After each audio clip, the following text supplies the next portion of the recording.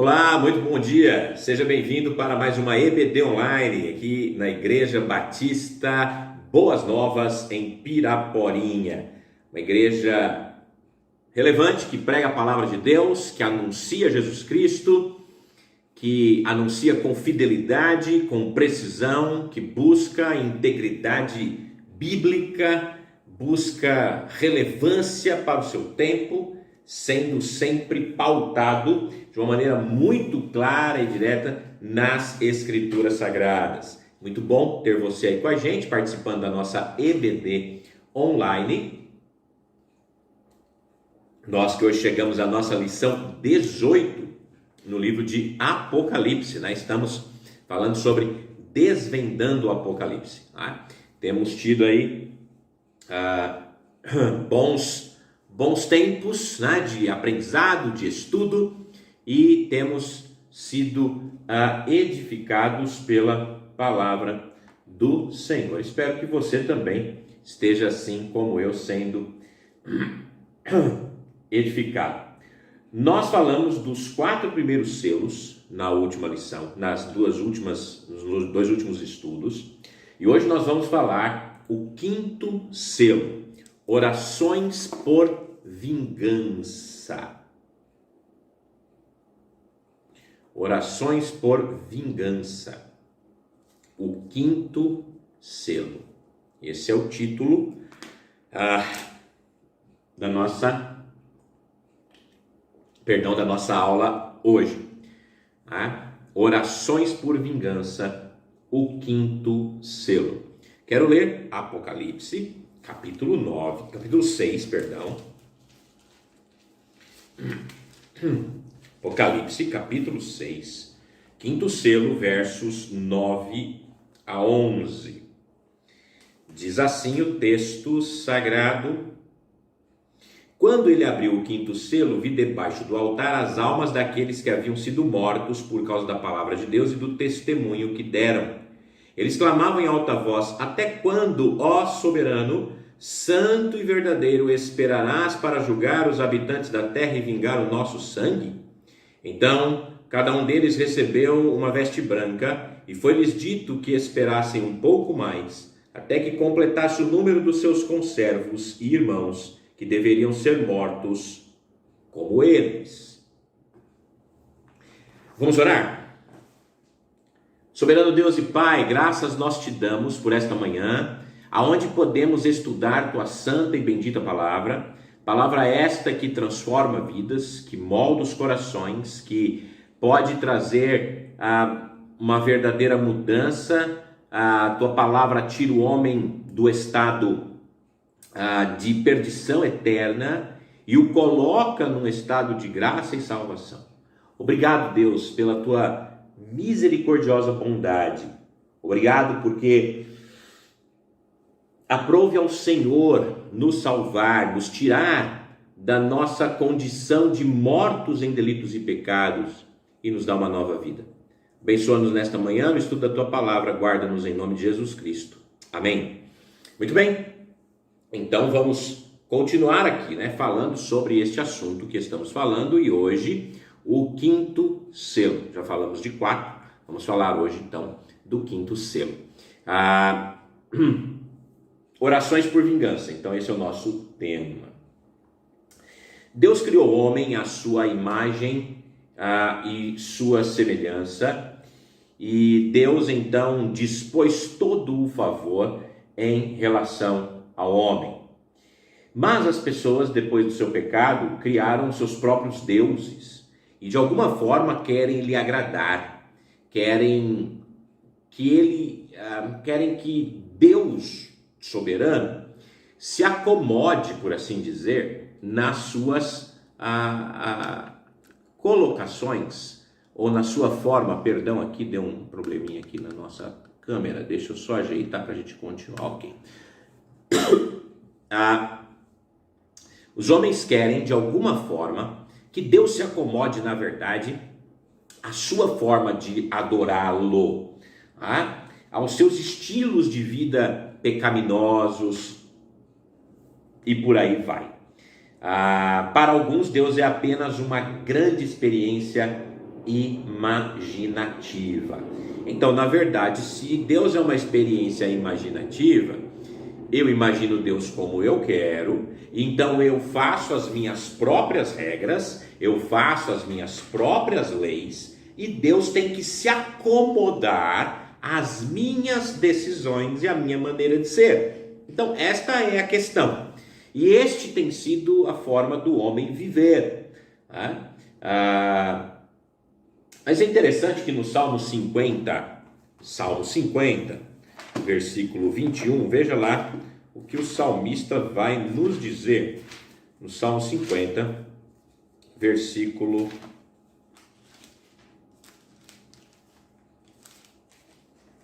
21. O salmista vai dizer: ficaria eu calado diante de tudo que você tem feito? Você pensa que sou como você? Mas agora eu o acusarei diretamente, sem omitir coisa alguma. E a questão aqui é: você pensa que eu sou como você? Você pensa que eu penso como você? Você pensa que eu ajo como você? Você pensa que as coisas são como você quer que seja? Não, não. Eu sou Deus.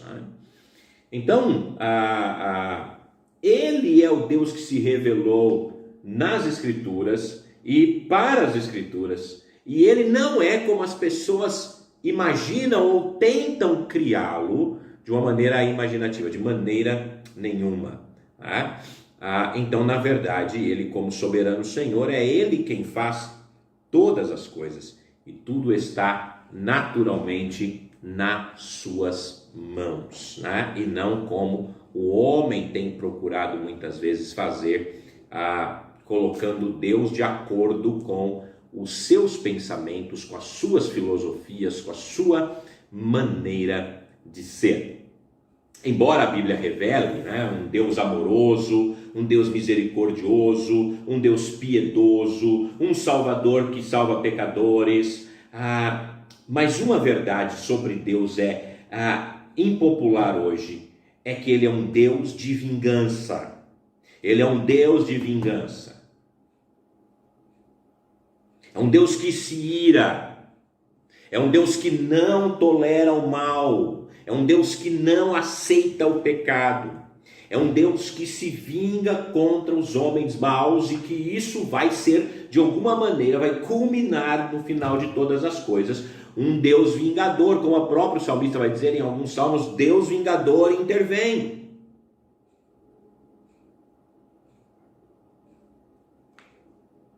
Embora as pessoas rejeitem essa realidade, a Bíblia afirma repetidamente esta questão. Em Deuteronômio 32, 35, Deus declarou: minha é a vingança, eu retribuirei, ou eu retalharei. Minha é a vingança, eu retribuirei. Veja quão forte é essa imagem ou esta palavra. Eu vou retalhar. Em vários salmos, há um salmo imprecatório, há uma ideia de maldição vinda de Deus, de calamidade que Deus vai mandar sobre os ímpios, por causa dos seus pecados. E poderíamos citar inúmeros textos, mas vamos nos ater mais ao que nós vamos falar aqui. Então vamos pular esta parte de citar tantos textos. Mas é interessante um salmo que eu gosto muito, por exemplo, o Salmo 94, só para exemplificar.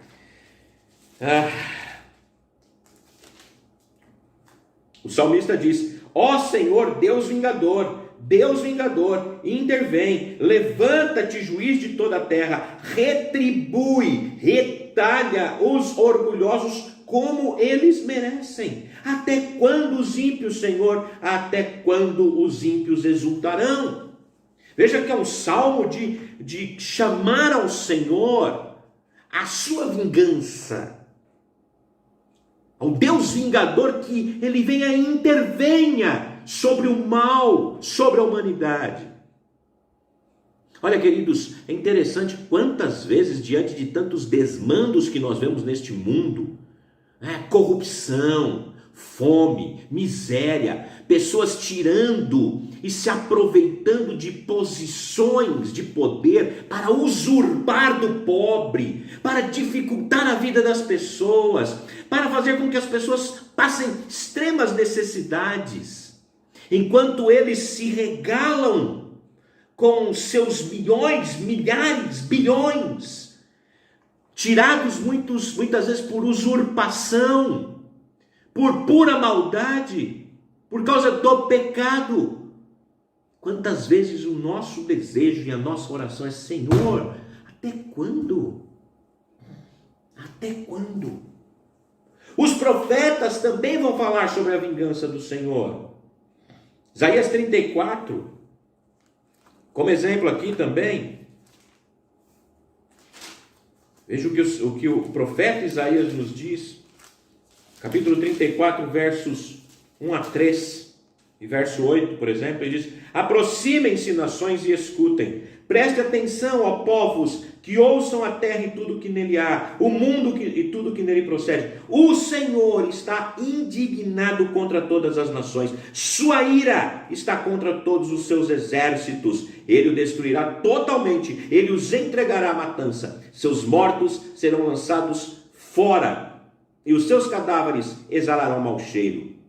Os montes se encherão do sangue deles. Verso 8: pois o Senhor terá o seu dia de vingança, um ano de retribuição, para defender a causa de Sião.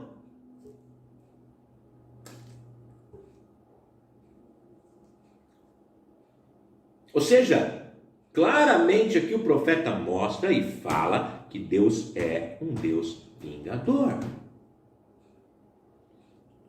Isaías 59 fala sobre isso, Isaías 61 mostra isso também, que Deus vai tomar vingança contra os inimigos de Israel. Jeremias também vai declarar sobre isso, Miqueias vai falar sobre isso, Naum vai falar Deus zeloso e Deus vingador, vingativo e colérico, que toma vingança contra os seus adversários. E Malaquias mostra que Deus não poupa o juízo, de maneira nenhuma, diz que vem queimando como uma fornalha. Vem queimando como uma fornalha. Então veja, temos um Deus vingador que salva o seu povo, se vinga dos ímpios e salva o seu povo.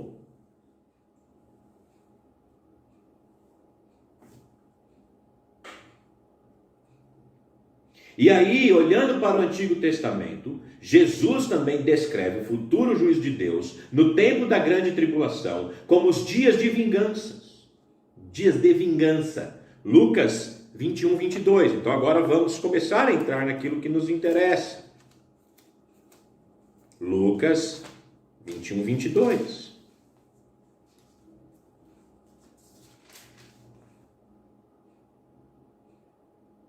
Pois esses são os dias da vingança, em cumprimento de tudo o que foi escrito.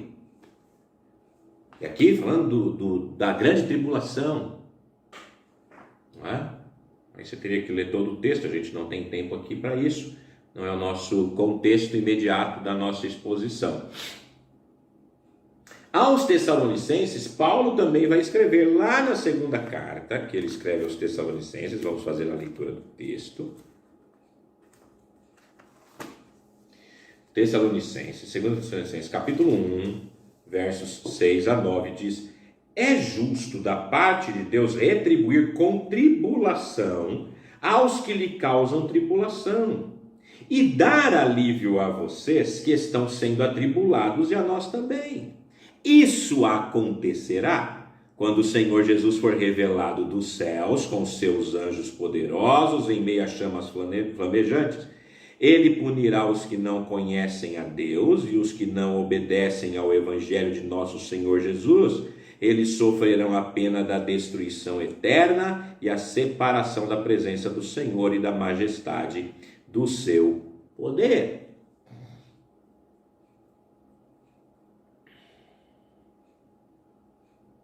Em Romanos capítulo 10,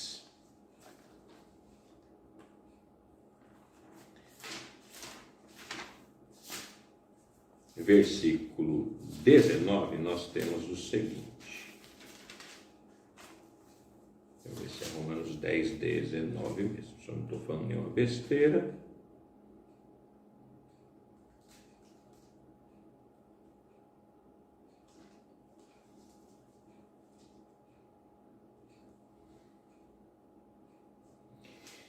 Deixa eu só conferir aqui com Hebreus.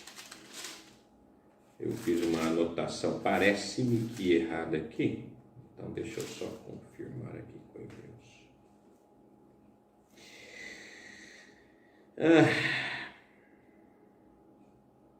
O texto é Hebreus, eu citei Romanos, mas Hebreus 10, 30...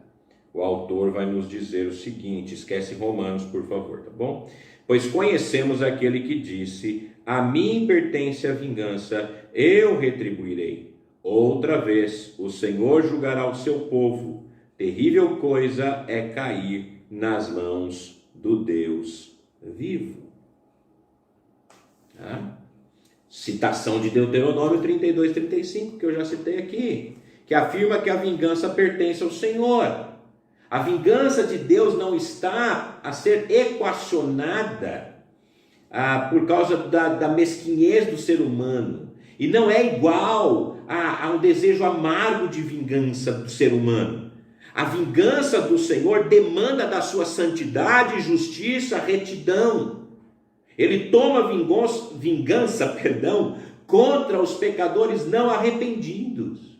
A vingança pertence somente a Deus, porque todo pecado é, em última análise, uma ofensa contra Deus. O conhecimento de que Deus um dia vai executar vingança sobre aqueles que o rejeitam não justifica qualquer vingança pessoal por nossa parte, não. A vingança é dele. É uma vingança reta, santa, justa, porque é contra o pecado, é contra o mal. Tá bom? A própria Bíblia fala, não deis lugar, para a vingança, Dai lugar à ira de Deus. Minha é a vingança. Na verdade, a Bíblia nos diz, se teu inimigo tiver fome, dê de comer. Se ele tiver sede, dê de beber. Nem Jesus, nem Estevão, nem Paulo, nem Pedro, nenhum deles procurou vingança pessoal. Pedro, principalmente depois que Pedro mudou, lógico. O Senhor é um Deus que quer que o ímpio se converta do seu mau caminho. Ele é longânimo. Mas tudo tem o seu tempo determinado. E no momento certo, Deus executará sua vingança sobre os homens ímpios e maus que rejeitam a verdade e estão ao lado da injustiça. E aqui, Apocalipse retrata o que Deus vai fazer. Nessa constatação do dia do Senhor que vem sobre os ímpios. Um momento que para os salvos será de alegria. Nos alegraremos porque a glória de Deus colocará em exposição o pecado. O mundo será levado à sua destruição por causa do seu usurpador, Satanás. E Deus será vindicado. De qualquer maneira, esse dia trará punição para os ímpios e condenação à pena eterna daqueles que rejeitaram Jesus Cristo. Interessante que Apocalipse 10, nós ainda chegaremos lá, se Deus permitir. Tem uma nota interessante em Apocalipse 10, versos 8 e 10, que diz: Depois falou comigo mais uma vez a voz que eu tinha ouvido falar dos céus, vá, pegue o livro aberto que está na mão do anjo que se encontra em pé sobre o mar e sobre a terra. Assim me aproximei do anjo e lhe pedi que me desse o livrinho, e ele me disse: pegue-o e coma-o. Ele será amargo ao seu estômago, mas em sua boca será doce como mel. Peguei o livrinho da mão do anjo e comi. Ele me pareceu doce como mel em minha boca, mas ao comê-lo senti que meu estômago ficou amargo. Interessante aqui essa palavra, porque ele mostra a docilidade, né, da realidade, mas ao mesmo tempo o amargor, quando nós podemos aqui no caso saber que muitas pessoas, talvez até amigos, pessoas do nosso convívio, pessoas até da nossa família, estarão neste dia de perdição, de desonra, de morte, de angústia, separação eterna de Deus, o que realmente é amargo. Tá? Muito bem. A reação inicial de João com os julgamentos descritos no livrinho foi a realização doce de que Deus será vindicado e de que sua glória será exposta. Mas a realização dos horrores dos quais serão infligidos incrédulos, na verdade, começou a nausear a João, né? Deus é paciente com os pecadores arrependidos que abraçam o Evangelho, mas vai chegar o momento em que ele não vai mais reter o seu julgamento sobre aqueles que o rejeitam. Ele deu ao mundo pré-diluviano 120 anos para se arrependerem, proclamando a mensagem da salvação para eles através de Noé. Mas ao fim desse tempo o juízo veio e o dilúvio destruiu a todos. Da mesma forma, no futuro vai chegar um dia em que a graça vai terminar em julgamento, que cairá sobre todos aqueles que aqui estiverem.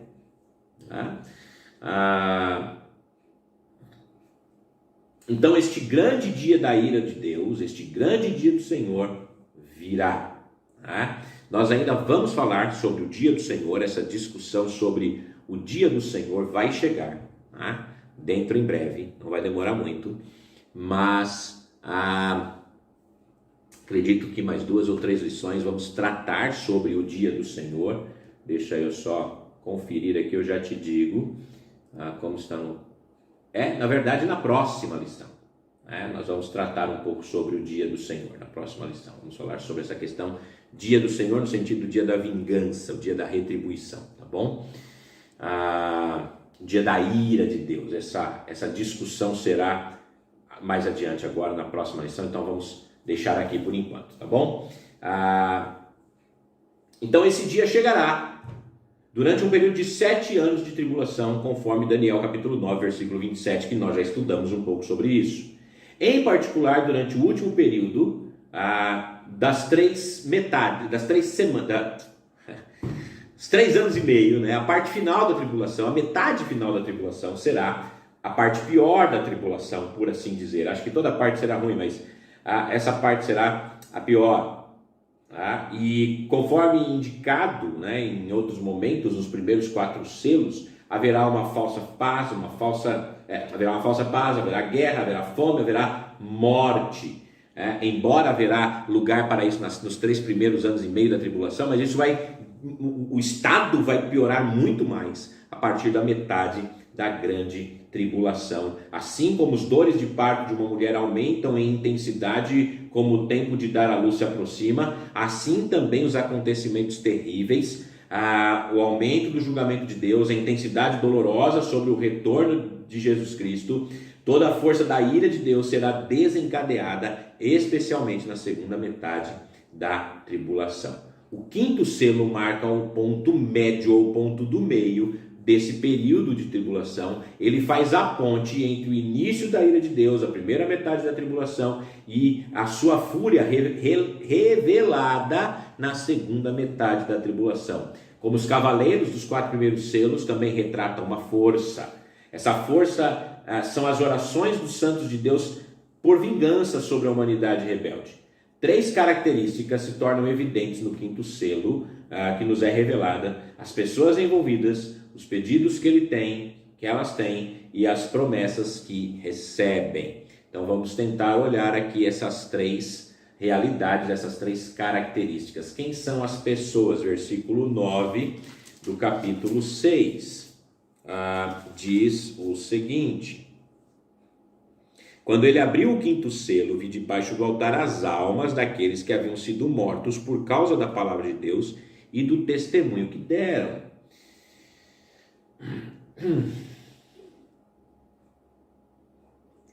Tal como acontece com os primeiros 4 selos, quando o Cordeiro, o Senhor Jesus Cristo, o único que tem autoridade para tomar de volta o universo, conforme já falamos aqui, Ele abre, ele quebra o quinto selo,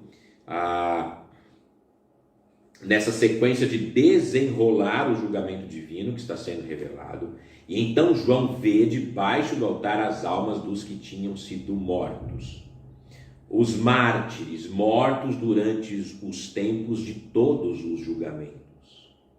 Além do juízo divino através da falsa paz, guerra, fome, doença que está dominando o mundo incrédulo, haverá uma perseguição generalizada àqueles que forem salvos durante esse período. E Satanás e seus demônios, os anticristo, e o anticristo vão atacá-los. Tá?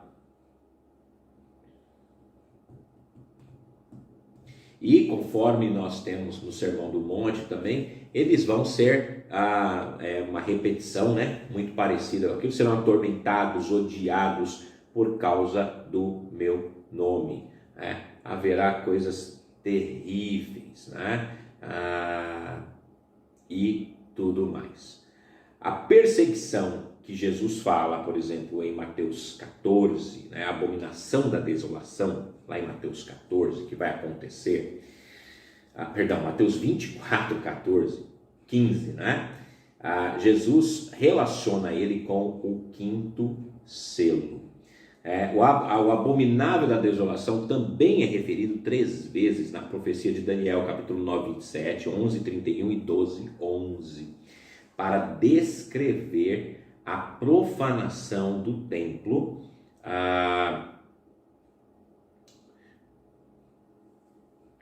no 2º século antes de Cristo, pelo rei sírio Antíoco Epifânio. Isso eu estou falando de Daniel 9, Daniel 11, 31. E ainda no futuro, uma abominação da desolação é descrita em Mateus 24, 15, semelhante ao ato de Antíoco. Naquela época, o anticristo vai fixar-se no templo e vai ser adorado, ou pretende ser adorado, como Deus. Ok? Nós poderíamos destacar muito aqui essa discussão sobre a abominação da desolação, dos capítulos 24 a 28 de Mateus. Para fazer isso, nós teríamos que parar o estudo aqui de Apocalipse e tratar desses assuntos, para falarmos só sobre isso, os capítulos 24 em diante ali de Mateus. Na verdade, o capítulo 24 e 25 de Mateus vai nos falar isso. Mas apenas para a gente pensar um pouco e entender, é que em 2 Tessalonicenses fala que haverá a remoção daquele que resiste a ele agora, o que permitirá que o anticristo e seus seguidores do mal possam desenfreadamente correr e fazer o que quiser, entre aspas, aí, pelo mundo. O poder vai aumentar, o poder do anticristo, né? Ele vai se manifestar plenamente no seu mal, tentando apresentar-se como de fato Deus. O poder vai manter o poder vai dar ao anticristo, né, todo o mal que ele pode ter. Ele vai se manifestar no tempo designado por Deus, até que Deus retire a sua força, até que Deus retire a restrição. E vai se manifestar numa apostasia plena. A fase inicial, né, em âmbito mundial da vingança do Senhor, ele adianta aqui para aqueles que serão salvos ou que estarão aqui nesse período. E sereis odiados de todas as nações por causa do meu nome. Esse versículo também implica que a perseguição será tolerada, se não levada ativamente por parte de todos os governos do mundo. Será de natureza religiosa, liderada pelo falso sistema religioso em todo o mundo. Então, apenas o sistema ecumênico envolvido na adoração do anticristo será aceito, né? O ódio do mundo para com Deus, o Pai e o Senhor Jesus Cristo irá motivá-los a perseguir os crentes. Inevitavelmente, a perseguição vai peneirar aqueles que exteriormente se identificam com Jesus Cristo. Como tem sido verdade em toda a história da igreja, haverá joio misturado com trigo. Mas a perseguição sempre revela quem são os verdadeiramente redimidos, né? E então Jesus descreve isso nesse processo de peneirar. Mateus 24, 10 a 12, vai falar: naquele tempo muitos serão escandalizados, e trair-se-ão mutuamente e se odiarão, e surgirão muitos falsos profetas que enganarão a muitos, porque o mal irá aumentar, e o amor das pessoas se esfriará. Então os crentes falsos vão aparecer em maior quantidade. Então haverá martírio, perseguição e morte. A hostilidade do mundo em direção a Jesus Cristo, contra Jesus Cristo e contra seus seguidores, né, não será capaz de impedir que o evangelho do reino seja pregado em todo o mundo, em testemunha a todas as nações. Mateus 24, 14 fala isso. Mateus 24, 14 fala isso. E nesse período haverá a inclusão de 144 mil judeus que estarão pregando, e além das 2 testemunhas, e tantas outras coisas que nós ainda vamos ver, ok? Mas como nós estamos falando, a abominação da desolação será o evento que faz com que a perseguição aumente consideravelmente em intensidade. E ocorrerá nesse período da tribulação dos 7 anos, né? Quando o anticristo destruir o templo, quando ele vai estabelecer um ídolo que será ele mesmo para ser adorado. Então, com esse ato de blasfêmia, o anticristo será desmascarado, né? E nesse ponto o mundo não vai mais ver o anticristo como um mero líder político e libertador, porque a sua vinda terá a eficácia de Satanás, com poder, sinais e prodígios de mentira. Ele vai enganar o mundo, as nações serão enganadas, vão adorá-los como uma divindade, vai haver o culto para o anticristo, e tudo isso motivado pelo poder de Satanás. Capítulo 13 de Apocalipse vai falar sobre isso, de maneira muito clara, quando fala das bestas, né, que subiu da terra e que subiu do mar. A perseguição aos crentes salvos nesse período da tribulação, nessa primeira metade da tribulação, vai intensificar dramaticamente depois que o anticristo define-se como Deus. Aí vai fazer guerra contra os santos e vai vencê-los. E todo mundo vai adorar o anticristo. Na verdade, os principais salvos nesse período aqui serão os judeus, né? Será o período da salvação judaica. E isso vai aumentando, né? Essa perseguição vai aumentando. Então aqui nós temos inicialmente as pessoas, né? E até falar, se esses dias não fossem abreviados, né? O que seria dessas pessoas? Então João descreve aqui, e João vê essas pessoas que estão clamando ao Senhor. Olha, até quando o Senhor vai deixar que eles permaneçam impunes, né? Até quando não haverá nenhuma mudança sobre isso? E quem são essas pessoas? Elas pessoas da era da igreja que estão ali, que foram martirizadas e estão ali aguardando então a vingança do Senhor. Os martirizados do período da tribulação, né? Que também estarão ali. Então João descreve que ele viu essas almas debaixo do altar. Ele viu isso. O texto não define qual altar que está em vista, mas a cena é no céu. A cena possivelmente se passe no céu, alguma coisa assim, paralelo com o trono de Deus que João está falando. Então, aqui, os mártires mortos por causa da palavra de Deus e por causa do testemunho que tinham mantido, eles vão interpretar corretamente o que está acontecendo no mundo à luz das Escrituras. Eles vão proclamar o juízo de Deus na Bíblia e chamar o povo para se arrepender e crer no Evangelho. O anticristo, no entanto, de maneira nenhuma vai aceitar isso. Então esses mártires serão mortos e com certeza irão ali também para este lugar, por causa que eles não vão aceitar o falso, o enganoso, e então serão também mortos e estarão com este grupo de pessoas também orando ao Senhor ali diante do trono do Senhor, pedindo que o Senhor termine com isso.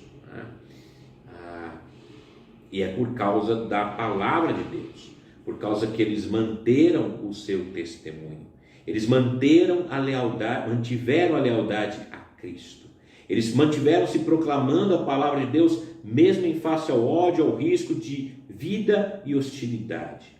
Em um mundo desprovido de influência moderadora do Espírito, por assim dizer, os homens impiedosos vão assassinar aqueles fiéis que corajosamente proclamam a mensagem do julgamento. E essas pessoas são aquelas que vão completar ainda o número das que faltam. Aí nós temos uma segunda característica, o pedido. Versículo 10. Eles clamavam em alta voz: até quando, ó soberano, santo e verdadeiro, esperarás para julgar os habitantes da terra e vingar o nosso sangue? O quinto selo não é o martírio, como alguns sugerem, porque o martírio não poderia ser o julgamento de Deus. Os selos retratam ira e juízo de Deus sobre o mal e sobre os ímpios, sobre os que não são seus filhos. A força, então, aqui está envolvida no quinto selo, é a oração dos mártires. Dos mártires, especialmente os da tribulação. Especialmente os da tribulação, para Deus decretar vingança sobre os seus assassinos e vingança sobre os que rejeitam Cristo. A oração vai desempenhar um papel vital na efusão do julgamento de Deus sobre a terra. Essa oração é muito diferente da oração do mártir Estevão, que ele orou por seus assassinos para não serem culpados por Deus. Essa oração, na verdade, é mais um pedido imprecatório parecido com os dos Salmos. Uma oração para o perdão é apropriada em um tempo de graça, mas quando o tempo da graça está se transformando em tempo do julgamento, as orações para o divino, para o sagrado, é em retribuição. É um desejo de vingança. Não é um protesto pecaminoso, profano ou que desonra a Deus. Não. Na verdade, eles estão orando para que Deus cumpra isso. É interessante que muitos cristãos agem como se a oração fosse uma mera formalidade que tem pouco efeito. No entanto, as orações, surpreendentemente, dos mártires da tribulação, é o que vai trazer a transição de um julgamento um pouco mais leve para um julgamento totalmente pesado. Realmente a demonstração da mão de Deus descendo sobre os homens. As orações dos mártires da tribulação vai levar na ativação dos tormentos do sexto e sétimo selos, juntamente com os julgamentos das trombetas e das taças que se seguem, que elas estão paralelamente ligadas. A mão de Deus no julgamento irá realmente trazer uma resposta aos mártires e às suas orações urgentes. Então, na verdade, eles gritam, são emoções fortes aqui que eles têm. E é interessante que diante disso os 24 anciãos estão louvando a Deus. Os mártires da tribulação vão pedir a Ele com grande voz, por vingança e justiça. Por vingança e justiça. E os mártires baseiam seu apelo por vingança em dois atributos de Deus. Porque Deus é santo, então Ele deve julgar o pecado. E porque Deus é fiel, Ele deve ser fiel à sua palavra e cumprir suas promessas. Então a frase santo e verdadeiro com Jesus Cristo afirma assim sua plena divindade, sua igualdade com o Pai, e mostra que por causa de quem é Deus, porque Ele é santo, Ele não tolera o pecado, Ele deve julgar então o pecado, e Ele é fiel, vai cumprir a sua palavra. Essa é a base da qual eles oram. Pergunta dos mártires o verso aqui, ó soberano, santo e verdadeiro, esperarás para julgar os habitantes da terra e vingar o nosso sangue? É um grito de quanto tempo vai demorar para isso acontecer. Não é uma vingança pessoal. Eles estão tentando dizer a Deus, eles não estão tentando dizer a Deus o que Deus deve fazer. Eles estão, nessa pergunta, Eles estão mostrando seu desejo de ver Satanás e o anticristo destruído, a iniquidade derrotada, os ímpios julgados e Jesus Cristo reinando em glória sobre toda a terra. Então, quando eles gritam, quanto tempo? É um grito bem conhecido de Israel quando eles sofriam, refletindo uma pergunta desconcertante dos justos a respeito de quando sua dor vai acabar. Assim como o sangue de Abel clama da terra, os mártires estavam clamando ao Senhor, exigindo punição aos seus assassinos. O tempo da graça está se esgotando. Está se aproximando o julgamento total do Senhor. E os ímpios sentirão as suas dores. Terceira característica, falamos da pessoa, falamos do pedido, e agora vamos falar da promessa, versículo 11. Então, cada um deles recebeu uma veste branca, e foi-lhes dito que esperassem um pouco mais, até que se completasse o número de seus conservos e irmãos, que deveriam ser mortos como eles. Dois elementos compõem essa resposta de Deus para os santos martirizados. Um presente simbólico, uma palavra falada. Eles vão receber uma túnica branca, uma estola, uma túnica longa que vai até os seus pés, umas vestes brilhantes, que é uma recompensa da graça de Deus, simbolizando o dom da justiça eterna, a bem-aventurança, a dignidade, a honra de Deus. Elas simbolizam toda a glória que redimiu os santos e que eles irão desfrutar nos céus. Estas vestes eles recebem, é uma visão naturalmente aqui, né?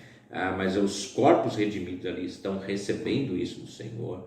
Mas junto com este presente veio a palavra de Deus falada, que eles devem esperar um pouco mais, ou descansar um pouco mais. Isso não é uma censura por impaciência, né? Já que ali não haverá pecado de impaciência, por assim dizer. Mas ele está dizendo, espere um pouco mais, não será demorado, não haverá mais demora, eu vou me vingar. E ele fala, mas isso vai acontecer até que o número dos conservos e seus irmãos, como vocês, sejam mortos também. Deus soberanamente predeterminou o exato número de pessoas que vão ser mortos naquele período. Então ele falou, espera completar isso.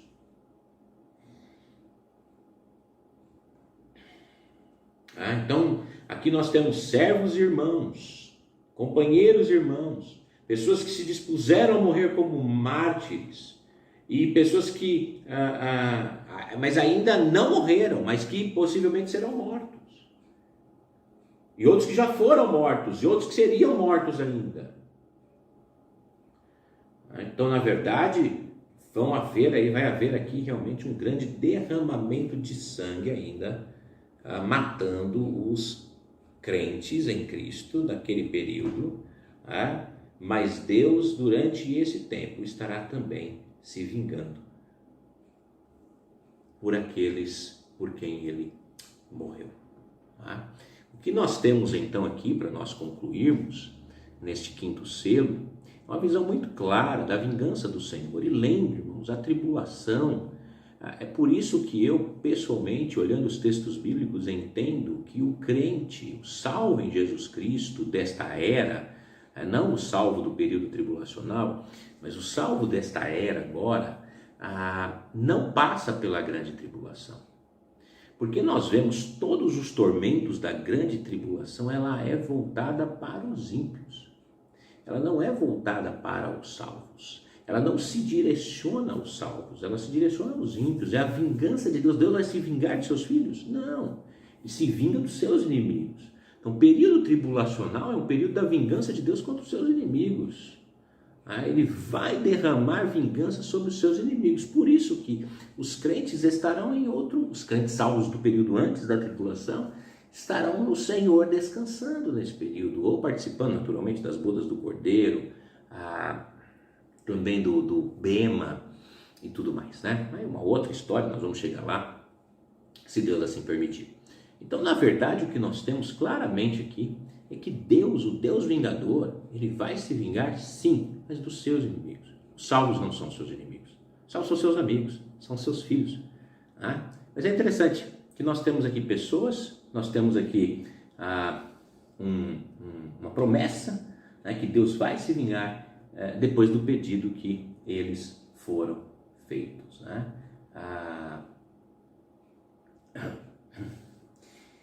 Mesmo nesse período em que nós temos um mundo mais civilizado, onde as pessoas acham que as atrocidades do passado não vai mais se repetir, mas com certeza, irmãos, durante o período tribulacional, dias sombrios e maus virão. E aqueles que estiverem ao lado da palavra de Deus sofrerão. Nós, desse lado de cá, hoje já sofremos quando somos fiéis à palavra de Deus. E que Deus nos dê coragem e força para nos mantermos fiéis a esta palavra verdadeira, para que Ele seja glorificado através das nossas vidas. Ok? Que Deus te abençoe. Nós vamos encerrando por aqui. Eu desejo a você um excelente domingo, na graça e na paz do Senhor. Convido você a estar hoje à noite conosco aqui na Igreja Batista Boas Novas, Igreja Batista Regular Boas Novas, em Piraporinha, na rua Júlio Campos Rodrigues, número 180, bairro Piraporinha, Diadema, São Paulo. Tá? Hoje estará pregando o nosso irmão Elton, da Igreja Batista Vida Nova, no Jabaquara, colega, membro fundador desta igreja aqui, estará ocupando o púlpito, estará nos trazendo a palavra. Será uma grande honra receber nosso querido irmão Elton, né, que estará pregando a palavra para nós nesta noite aqui na igreja, tá bom? Você é nosso convidado para estar aqui. Semana que vem eu retomo as pregações normalmente em Efésios capítulo 3. Você também é nosso convidado a vir participar da nossa série de pregações no livro de Efésios que estão sendo feitas, tá bom? Então, você é nosso convidado especial para estar aqui conosco, ouvindo a palavra e tendo um tempo de adoração, de comunhão. E se você vier, nós pedimos que você traga sua máscara, né? Venha com a máscara. Nós temos álcool gel, nós temos água ou em garrafas assim, ou copo para distribuir para quem aqui chegar, evitando alguns contatos. Estamos evitando, né, aquele momento de comunhão com cafezinho e bate-papo, infelizmente, mas temos tomado todos os cuidados necessários aqui para nos manter fisicamente bem, né, e evitarmos aí graves problemas para as pessoas, tá bom? Grande forte abraço para você mais uma vez, ótimo domingo, um bom almoço aí com a sua família, um tempo maravilhoso nesse domingo com a sua família. Que seja um dia cheio da graça e da paz do Senhor. Uma ótima semana, no nome de Jesus Cristo. Amanhã, você é nosso convidado para a Palavra de Esperança, nosso devocional diário. Tá bom? Forte abraço. Tchau.